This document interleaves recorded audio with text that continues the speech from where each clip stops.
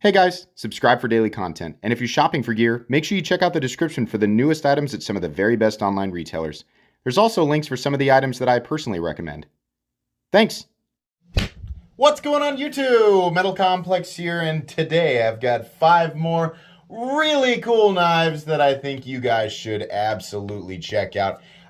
Everything that is on this list today is either available right now or will be available very soon. And by that I mean there's one that has a pre-order. But in any case, I'm going to link them all right down below so that you guys can check them out if you want to. Thanks so much to my patrons for supporting me, and please make sure to follow me on Instagram at metal_complex. As per usual, these knives are in no particular order. They were never meant for any particular price range or geographic location in terms of, country of origin, anything like that. They're literally just 5 knives that I think are really cool. Tried to mix it up, right, so that there's something for everybody. We're gonna start off here with one that I actually think is for everybody. I'm so impressed with this knife. It's a knife you've seen before on this channel, but in prototype form. This is the actual production version, and it's the CJRB Pyrite button lock. This particular guy is in steel, which actually is pretty cool. This is done really, really well. This is such a perfect little EDC knife. Very thin, right? Nice and compact, but it's got a great blade, super great action. You can see right there. Beautiful. This is AR RPM 9 steel, which is one of the only, if not the only, powder form steel compositions that you will find at this price point. What is that price point? 50 bucks. Yeah, you heard that right. 50 bucks. You can get these in either G10 and steel if you want to save on weight, or you can get this guy in all steel, which is about 3.75 ounces, so really not all that heavy, but it makes it feel that much more solid, right? It's also milled out on the inside for weight reduction. I don't know if you can see it in there. So the balance really isn't that bad. It's slightly behind the pivot. I think it's somewhere right there, right? This is such a wonderful EDC knife. The blade geometry is really, really good. The blade shape is really good. Generic knife profile, but this is literally an EDC knife that pretty much anybody can enjoy. Whether you've been around in the knife world for a while, or you're brand new, or it's like, your aunt, or your, whoever. This is just a good pocket knife. It's real simple, real durable, really easy to manipulate. It's just awesome. Highly recommendable at $50. There's a few different colors available, including an all black one if you want. I'll definitely list this guy right down below. Moving on here, this is another button lock that I very much like, a little bit more expensive at base. That's gonna be the Kaiser Begliner 2.0. This new guy here is in Raffir Noble, which is really cool. It's kind of like a, imagine a luxury camouflage, right? That's kind of what it makes me think of. Really nice durable material and really nice looking, really nice feeling. I think there's a few different color patterns available. This particular guy is an S35VN. By the way, the button lock works really well. If you've been around in the knife world for a while, you'll be familiar with the Begliner. They just did, the button lock version of it. That's what this is. So same great blade geometry, same great blade profile, all of that. You just get to enjoy it with a button lock. The S35VN version that you're seeing here is going to come in at $165, which really isn't all that bad. But you can get these button lock versions of the Begliner for as low as about 85 bucks. And I think they come in 154 cm, which I don't have any problem with at 85 bucks. I think it's micarta and 154 cm at 85. The Begliner, honestly, there's a lot of designs that they could easily just turn from a liner lock into a button lock, and it would be fantastic. Sheepdog, sorry. Please get on that, Kaiser. But yeah, no, this works really, really well, and it looks good. Lefties, you can also enjoy this because there is a mounting position. It's much like the Pyrite. There's a mounting position for left-handed carry. The only thing that's different for you is that you operate the button with your index finger, which, as you can see here, I'm a right-handed person, and I'm manipulating this with my left hand, no problem. So the Kaiser Begliner 2.0, absolutely recommendable. Moving on here, it's very rare that I have a Tucson on this channel at all, let alone on a 5 Cool Knives playlist, which, by the way, you can check out. There is a 5 Cool Knives playlist you can check out if you want to see past episodes. This big boy is the Tucson TS306. What's so special about that? What? It's colorful. You don't have to go with the plasma anno, although I will say the plasma anno does look pretty nice. Here's what's cool about this guy.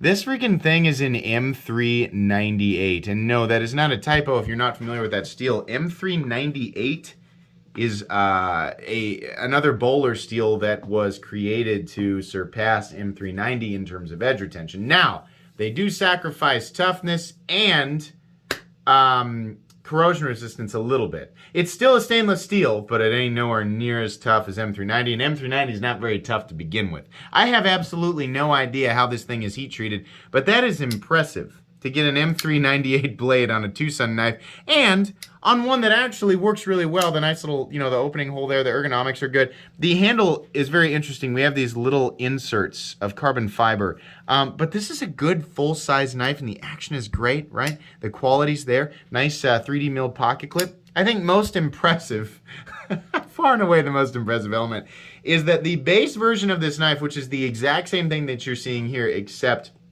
it is not plasma anno, it's just plain tie. Still looks great, right? $168. $168. Literally everything else that I have seen drop on the market in M398 steel has been aggressively higher than that in price. And I mean, in most cases, at least 100 to 200 higher. So there's a few examples out there of knives being slightly more competitive, but this is the most competitive price I have ever seen on an M398 blade. Yes, that does make me question whether or not the heat treat is appropriate. M398, definitely, I think the optimal zone is somewhere between 62 and 64. Did they get it there? I have no idea. But this is still really cool, definitely.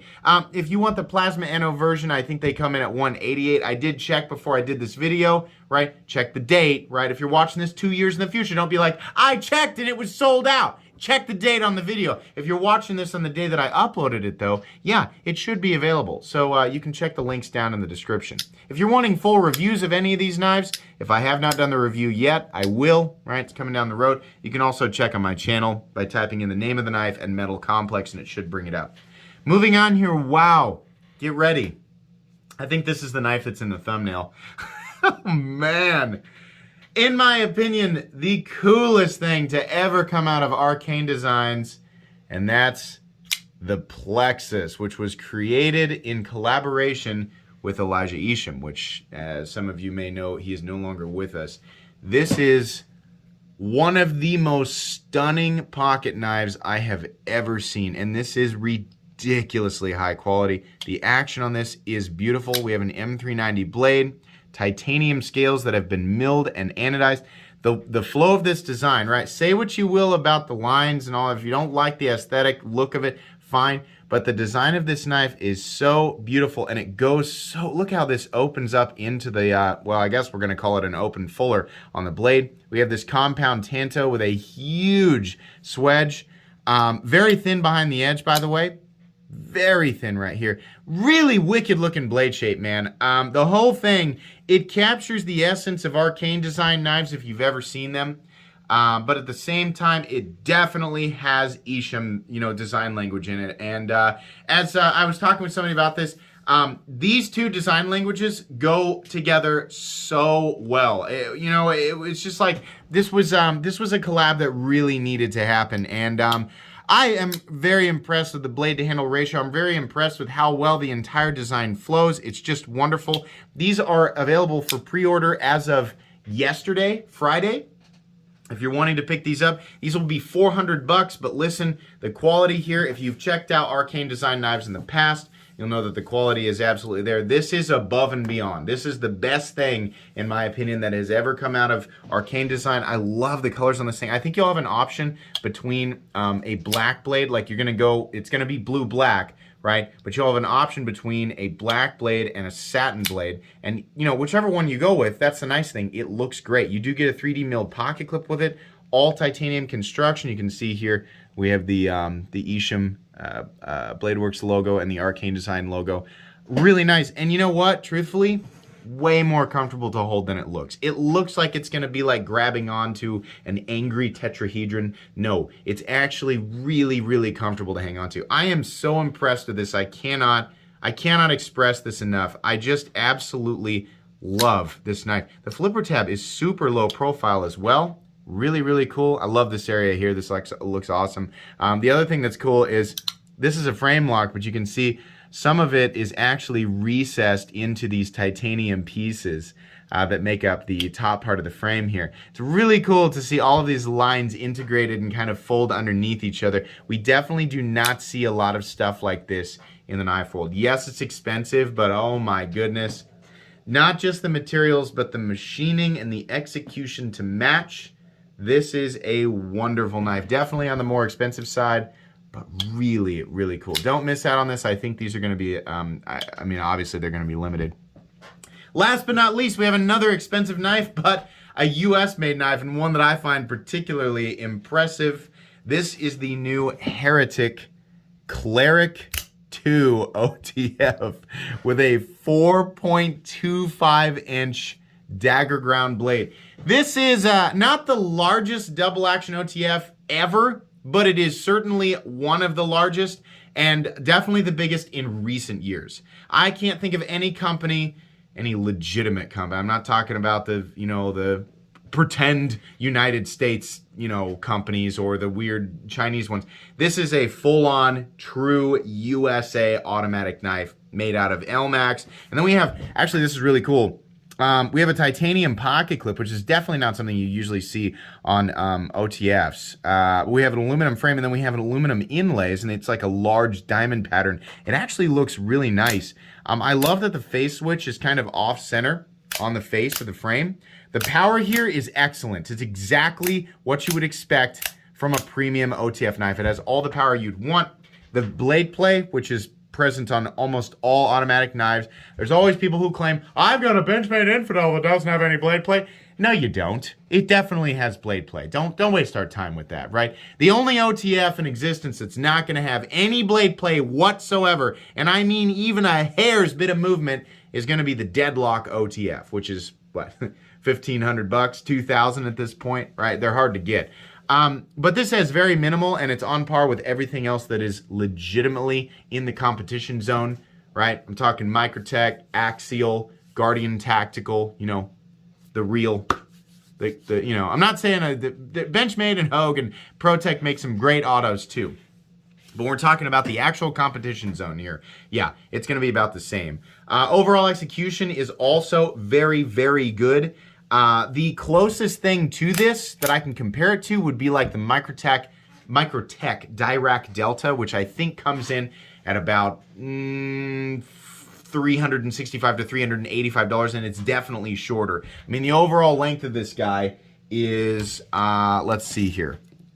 Overall length of the Cleric 2 is, it's approaching 10 inches, 9.85 inches, 4¼ inches of blade, and your cutting edge is legitimately 4 inches. This thing is freaking huge, and I gotta say, it's kind of cool. I've been waiting on Microtech to do something like this for a long time, and Heretic beat them to it, and it looks like, you know, I think part of the problem with making an OTF this long is they think about how far that blade has to travel to get to the point where it can actually lock out, and I would imagine that's kind of difficult, right? But they are clearly able to do this and create an OTF with a blade this long that is able to fire quickly with power, efficiently. Honestly, that switch is very easy to operate. It's not super tight or anything.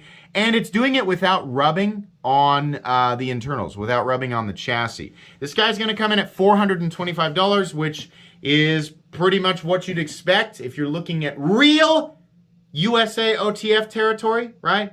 For those of you wanting to tell me, I got a USA OTF for $100 from this company. Yeah, it ain't made in the USA. Sorry, I don't mean to burst any bubbles, but that should have been obvious, right? You're getting your leg pulled. Yeah, you can find these, I think, at eKnives right now and a few other places. I'll make sure that they're linked right down below. I really like this. This is really cool. It's nice to see a super, like an oversized double action OTF from a true US company. So let's see here. Once again, the knives are the Heretic Cleric 2 OTF. We have the Arcane design and Elijah Isham, Plexus. We have the Tucson TS306. We have the Begliner 2.0, this particular one in Raphir, Noble, and S35 yen. And then the wonderful and, in my opinion, evergreen, or, you know, just This is sure to be a long-lasting, iconic knife. The CJRB Pyrite, in this case, in steel, which is truthfully the one that I would recommend. It's pretty cool. These are all great. Make sure you check out links for them. Like I said, this one's on pre-order. This guy might be a little bit hard to find, but they should be available. But check out the links right down below if you want to check any of these knives out. Please make sure to follow me on Instagram at metal_complex. If you enjoyed this video, leave a like. If you'd like to check out my other content, I do, of course, have lots of videos of knives that are either expensive or inexpensive that I do or don't like, so check those out. And if you enjoy all my content, go ahead and click on that Metal Complex logo right there and subscribe, because there's definitely more coming. Thanks again for watching, everybody, and have a great day.